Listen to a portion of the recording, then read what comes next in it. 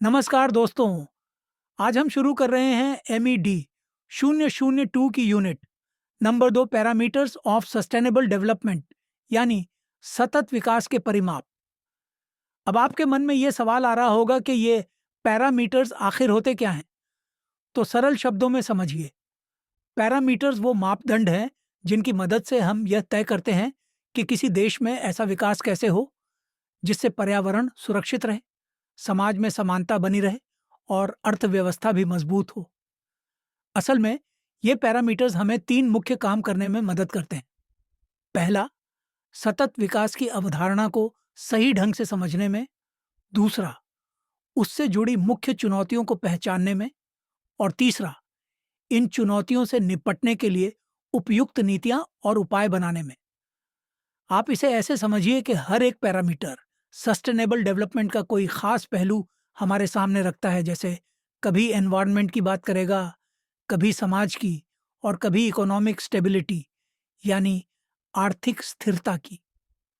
तो आइए अब इन पैरामीटर्स को डिटेल में समझते हैं कि ये किस तरह हमें सस्टेनेबल डेवलपमेंट से जुड़ी गहरी और ज़रूरी बातें बताते हैं। तो चलिए स्टार्ट करते हैं आज का लेक्चर। सतत विकास का पहला पैरामीटर है ग्रहण क्षमता या धारण क्षमता, जिसे इंग्लिश में कहते हैं कैरिंग कैपेसिटी। इसका मतलब है पृथ्वी अपने नेचुरल सिस्टम्स को बिना नुकसान पहुंचाए ह्यूमन एक्टिविटीज को कितने लंबे समय तक झेल सकती है। कहने का मतलब यह है कि ये उस संतुलन की बात करती है जिसमें इंसान की आवश्यकताएं और पृथ्वी की सीमाएं आपस में तालमेल बनाए रख सके।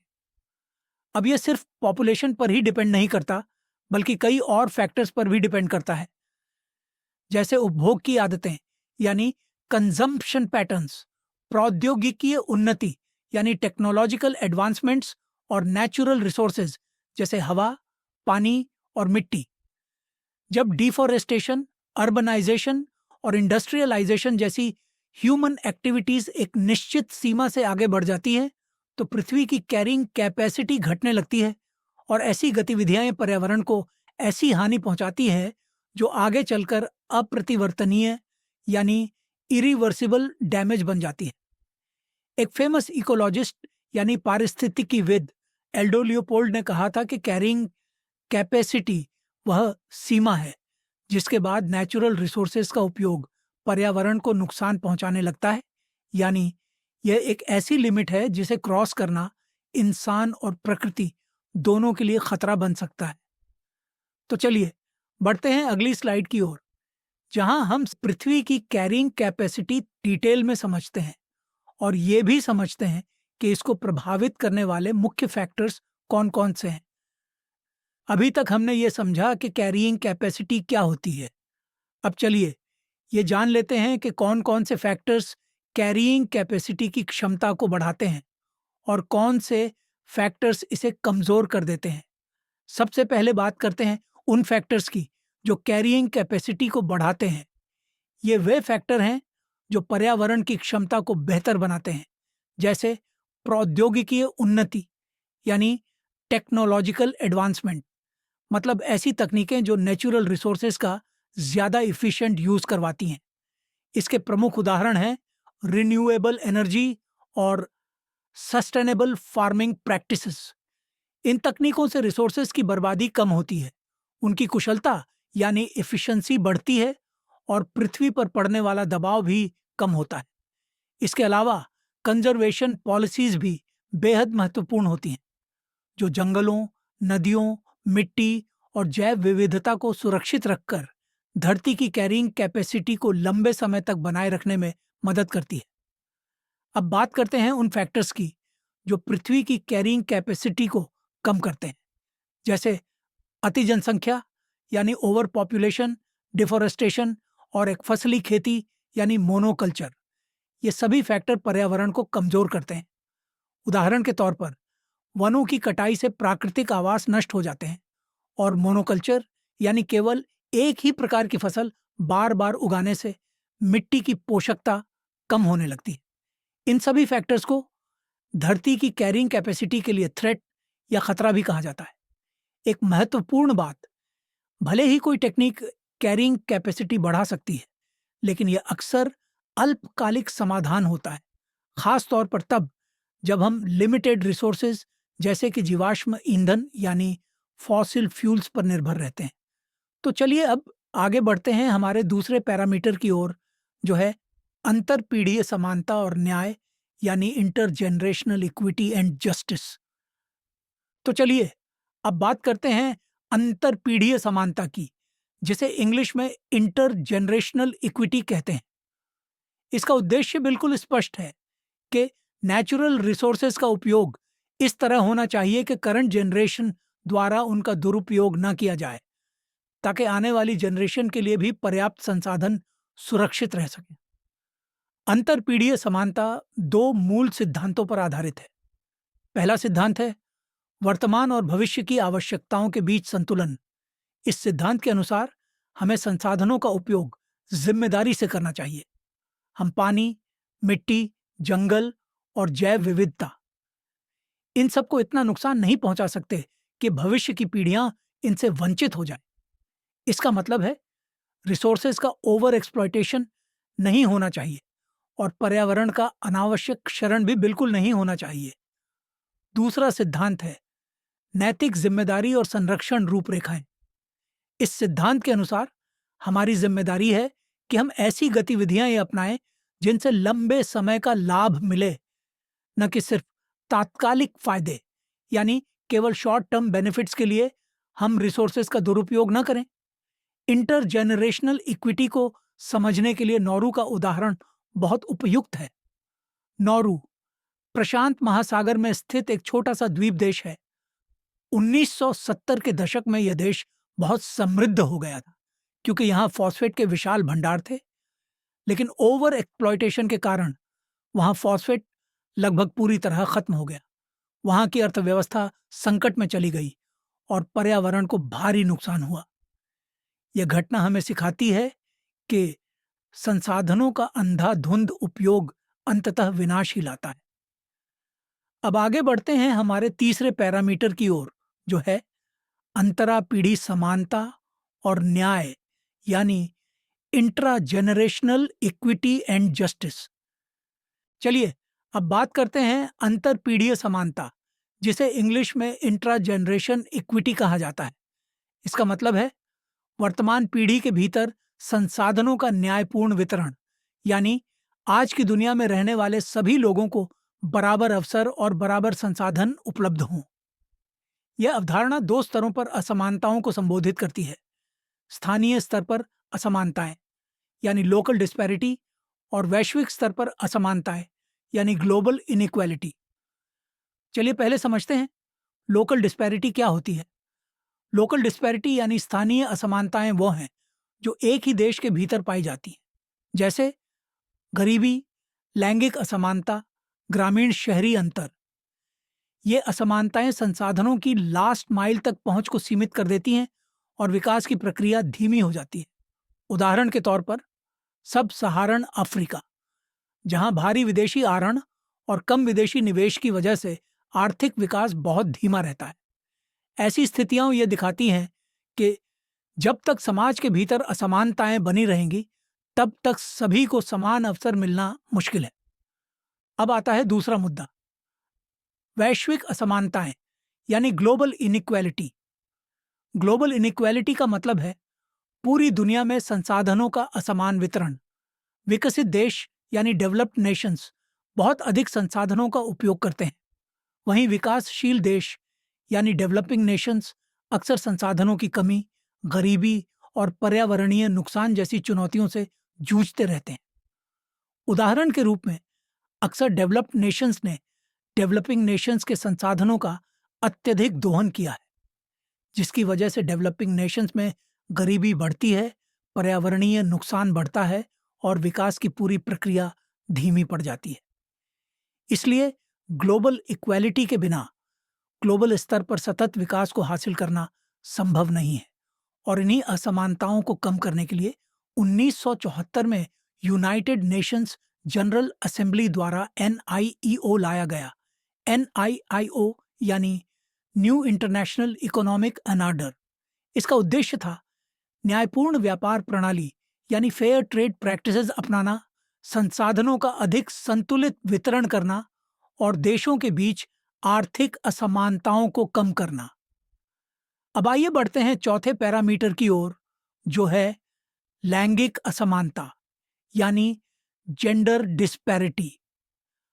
तो चलिए अब बात करते हैं लैंगिक असमानता की यानी जेंडर इनइक्वालिटी की, जो सतत विकास का एक बहुत बड़ा अवरोध है।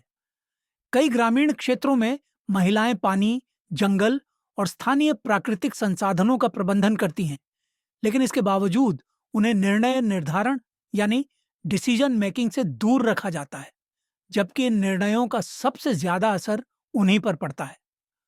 हालांकि कई बार महिलाओं ने पर्यावरण आंदोलनों में अग्रणी भूमिका भी निभाई है, जैसे चिपको आंदोलन, जिसमें महिलाओं ने जंगलों की कटाई रोकने के लिए पेड़ों को पकड़कर पेड़ नहीं कटने देंगे का संदेश दिया। और इस आंदोलन ने पूरी दुनिया को दिखाया कि पर्यावरण संरक्षण की लड़ाई में महिलाओं की भूमिका कितनी महत्वपूर्ण है। इसी तरह का एक और प्रेरक उदाहरण हमें महाराष्ट्र के गढ़चिरौली डिस्ट्रिक्ट में देखने को मिलता है, जहां कुछ विकास परियोजनाएं जो जंगलों को नुकसान पहुंचा रही थी, भूमि को नष्ट कर रही थी और प्राकृतिक संतुलन खराब कर रही थी, उन्हें वहां की स्थानीय महिलाओं ने चुनौती दी। वहां की महिलाएं आगे आईं, उन्होंने विरोध प्रदर्शन शुरू किए और मांग की कि ऐसी नीतियां बने जिससे पर्यावरण को सुरक्षित रखा जा सके, और सबसे महत्वपूर्ण बात यह कि महिलाओं को डिसीजन मेकिंग में शामिल किया जाए। ये सभी उदाहरण हमें बताते हैं कि महिलाओं को शिक्षा, संसाधनों और नेतृत्व अवसरों से सशक्त किए बिना सतत विकास संभव ही नहीं है। इसलिए ऐसी नीतियां बननी चाहिए जिससे महिलाओं को समान अवसर मिले, उनकी संसाधनों तक बराबर पहुंच हो और निर्णय लेने वाली संस्थाओं में उनकी भागीदारी बढ़े। अब आइए बढ़ते हैं अगले पैरामीटर की ओर, जो है विविधता, सामाजिक, सांस्कृतिक ज्ञान और जैविक यानी डाइवर्सिटी, सोशल, कल्चरल और बायोलॉजिकल। चलिए अब बात करते हैं विविधता यानी डाइवर्सिटी की, जो सस्टेनेबल डेवलपमेंट के लिए बहुत इंपॉर्टेंट है। डाइवर्सिटी किसी भी समाज और पर्यावरण को मजबूती देती है। यह एक तरह की ढाल की तरह काम करती है जो किसी भी चुनौती का सामना करने में मदद करती है। स्थानीय और पारंपरिक ज्ञान यानी इंडिजिनस नॉलेज अब एक बेहद महत्वपूर्ण पहलू है। आदिवासी और स्थानीय समुदाय सदियों से प्रकृति के साथ संतुलन बनाकर चलते आए हैं। वे संसाधनों को इस तरह उपयोग करते हैं जिससे पर्यावरण को नुकसान नहीं पहुंचता। उदाहरण के लिए उदयपुर के सीड प्रोजेक्ट और महाराष्ट्र के रालेगांव सिद्ध में लोकल समुदायों ने अपने नियम बनाए, जिनके तहत उन्होंने जल स्रोतों, भूमि और वनों की रक्षा की। इन समुदाय आधारित यानी कम्युनिटी ड्रिवन प्रयासों ने संसाधनों को पुनर्जीवित किया और पूरी दुनिया को बताया कि स्थानीय ज्ञान और समुदाय की भागीदारी से सतत विकास एक वास्तविकता बन सकता है। 1992 के अर्थ समिट और एजेंडा 21 ने भी स्थानीय समुदायों और आदिवासी समूहों की भूमिका को स्वीकार किया। एजेंडा 21 में साफ कहा गया कि लिए स्थानीय समुदाय अपने पर्यावरण के रक्षक यानी कस्टोडियंस होते हैं और उनकी पारंपरिक समझ को सम्मान मिलना चाहिए और उन्हें पर्यावरणीय निर्णय निर्धारण में शामिल किया जाना चाहिए। यह स्वीकार्यता दिखाती है कि सतत विकास की राह स्थानीय समुदायों की भागीदारी से ही बनती है। अब बात करते हैं जैविक विविधता की यानी बायोलॉजिकल डाइवर्सिटी की, जो हमारे इकोसिस्टम की सेहत को दिखाती है। जैव विविधता के बिना खाद्य सुरक्षा, स्वच्छ वायु और स्वच्छ पानी, इनमें से कुछ भी संभव नहीं है। इसीलिए लुप्तप्राय प्रजातियों यानी एंडेंजर्ड स्पीशीज और उनके आवासों की रक्षा करना बेहद जरूरी है ताकि प्रकृति का संतुलन बना रहे। तो ये समझिए कि चाहे सामाजिक विविधता हो, सांस्कृतिक विविधता हो या जैविक विविधता, हर तरह की विविधता हमारे समाज और पर्यावरण में प्रतिरोधक क्षमता यानी रेजिलियंस बढ़ाती है। विविधता हमें बदलते पर्यावरण, सामाजिक असमानताओं और प्राकृतिक संकटों से लड़ने में सक्षम बनाती है और यही हमें एक सस्टेनेबल फ्यूचर की ओर ले जाती है। अब चलते हैं आखिरी स्लाइड पर और समराइज करते हैं आज के पूरे सेशन को। तो चलिए, आज के सेशन में हमने सस्टेनेबल डेवलपमेंट के जिन जिन पैरामीटर्स के बारे में बात की, उन्हें एक एक करके दोहरा लेते हैं। पहला पैरामीटर जो हमने देखा वो था ग्रहण क्षमता या कैरिंग कैपेसिटी। कैरिंग कैपेसिटी हमें बताती है कि पृथ्वी की सहन करने की भी एक सीमा होती है, एक लिमिट होती है। हम उतना ही उपयोग कर सकते हैं जितना प्रकृति सहन कर सके और खुद को पुनर्स्थापित कर सके। दूसरा पैरामीटर था अंतरपीढ़ीय समानता यानी इंटरजेनरेशनल इक्विटी, जिसका अर्थ होता है भविष्य की पीढ़ियों के साथ न्याय। अर्थात आज हम जितने संसाधनों का उपयोग करें उतने ही संसाधन भविष्य की पीढ़ियों के लिए भी बचे रहने चाहिए। ऐसा ना हो कि आने वाली जनरेशन के लिए पर्याप्त संसाधन ना बचे। और तीसरा पैरामीटर था अंतरापीढ़ीय समानता यानी इंट्रा जनरेशनल इक्विटी, अर्थात आज के ही समाज के भीतर बराबरी। ये पैरामीटर एक ही जनरेशन में मौजूद स्थानीय और वैश्विक दोनों तरह की असमानताओं को संबोधित करता है। और चौथा पैरामीटर था लैंगिक असमानता यानी जेंडर इनइक्वेलिटी। इस पैरामीटर के अंतर्गत महिलाओं को सशक्त बनाना शामिल है ताकि वे संसाधनों, निर्णय निर्धारण और नेतृत्व से जुड़ी हर प्रक्रिया में बराबर भाग ले सकें। पांचवां पैरामीटर था विविधता यानी डाइवर्सिटी, यानी सामाजिक, सांस्कृतिक और जैविक विविधता की रक्षा। इन्हें बचाए रखना बहुत जरूरी है क्योंकि ये हमारे समाज और पर्यावरण दोनों को मजबूती और सहनशीलता प्रदान करती हैं।